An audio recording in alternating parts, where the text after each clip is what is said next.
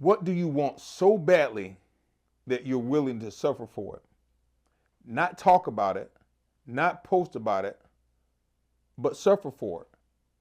Because if your purpose doesn't cost you something, it will never transform you into anything.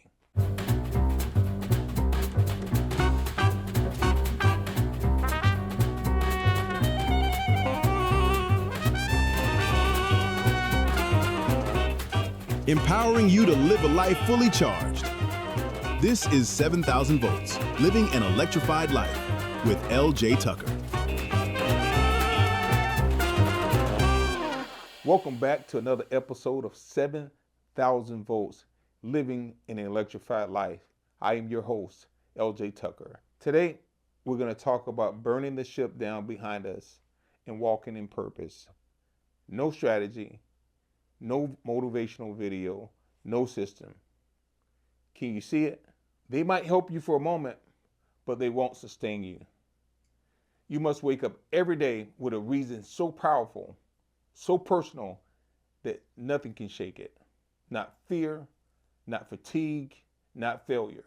Motivation fades. You can watch a video, you can get hype, rah, rah, rah. You can say, we're gonna do things different. And 3 days later, you're back where you started. Why? Because motivational is external. Right in here. Motivation is a spark. Purpose is a power source. You heard that? Purpose is a power source. Your purpose is not just a goal. It's your identity in action. It's not something you chase. It's something you become.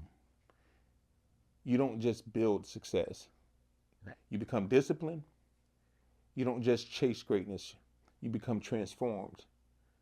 And it's hard to explain it all the time, so I'm trying to do my best.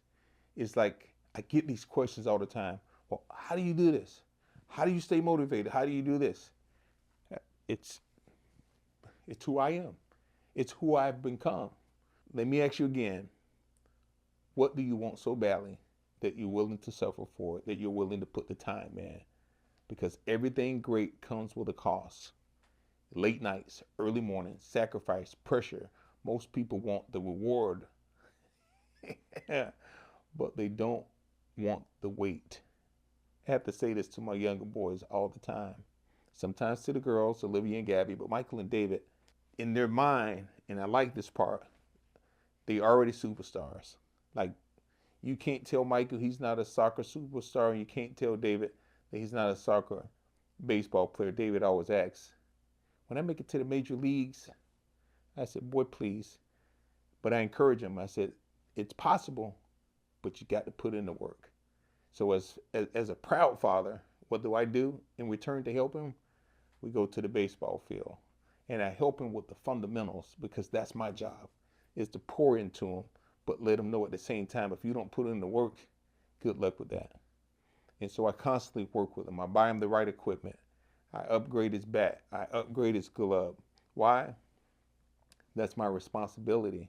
I wasn't afforded those opportunities that my kids have, because I grew up in a different era, and we lived and played by a different set of rules. Most people want the reward, but not willing to handle that weight. They don't put that time in. Here's some things that can help you, because it has helped me. So I'm not just talking. You need to write your decree.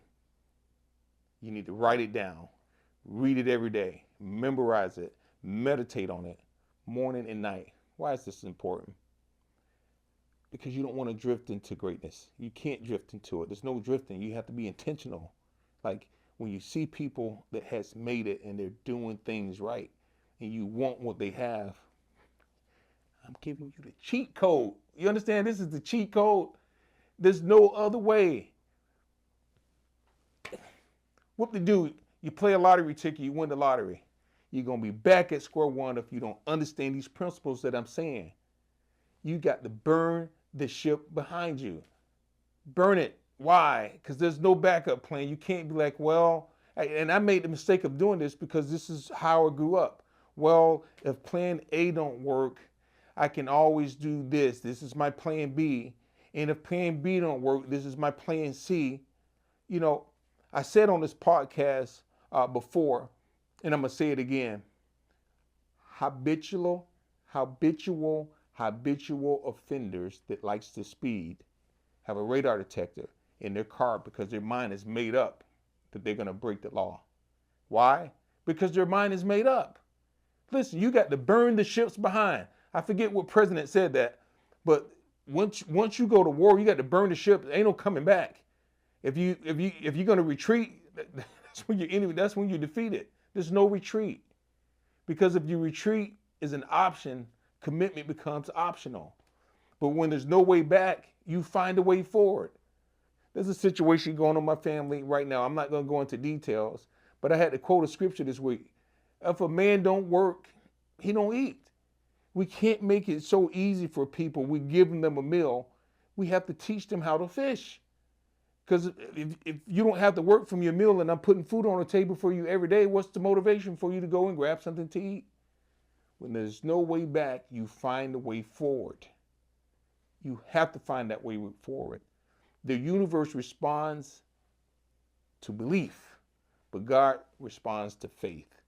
When your purpose is clear, when you've written it down, not only on papers, but in the tablet and in the places of your heart, when your purpose is clear and your belief is strong, things start to move. Doors open. How do I know? Because I'm living proof. Opportunities come, but when it starts with you, it's got to start right here. Your purpose is not something you find. It's something that you become. So when I ask the question, what are you willing to suffer for? Somebody just tuned me out because they like, I done did enough suffering in my life. I'm not talking about a physical sufferer. It's like a past episode I did. It's overcoming your giants. You have to overcome the fear of temporary pain, because that's all it is.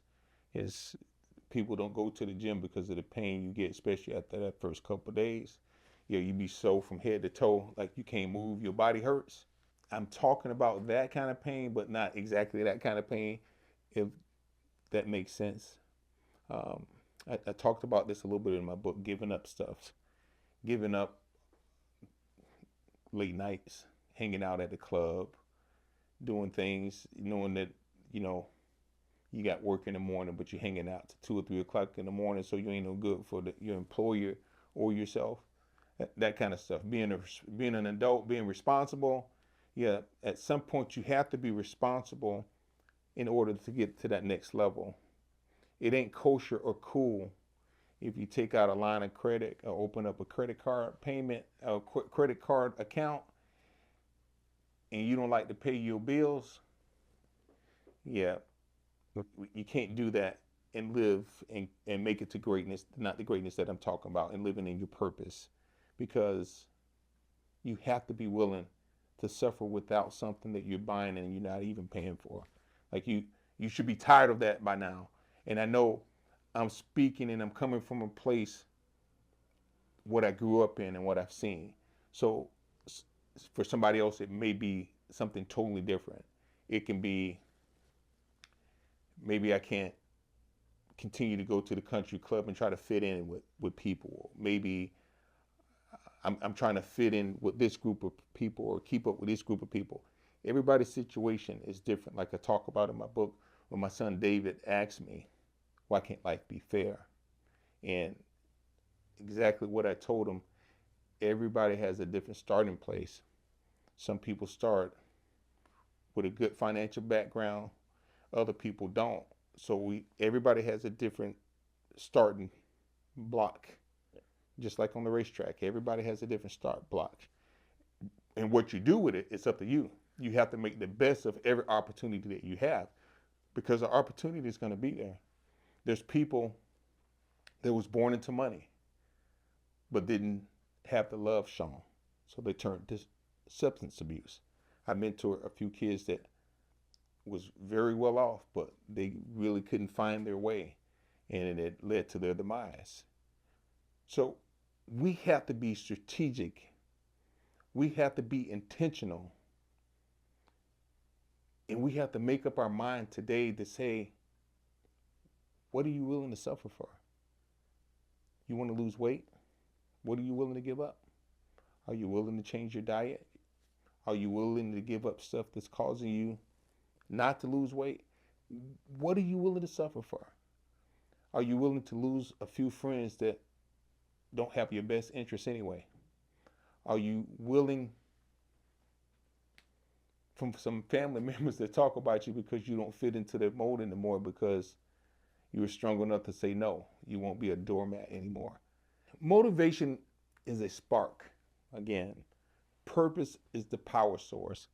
And a lot of people are living their lives running off sparks instead of being plugged in into real power. Those who have no vision perish. That's Proverbs 29:18. That's not just talking about eyesight. That's talking about direction. You know, one of my favorite authors, Napoleon Hill, he's still speaking from his grave, one of my indirect mentors. He called it Chief I Am, but I'm going to take it deeper. Purpose is not what you do. It's who you become while you're doing it. You don't just build a business. You become disciplined. You don't just raise a family. You become responsible. You don't just chase success. You become transformed. That's the difference. That's the sole difference, my friends. You burn the ship down behind you. You live in your purpose. And most importantly, stay electrified. God bless.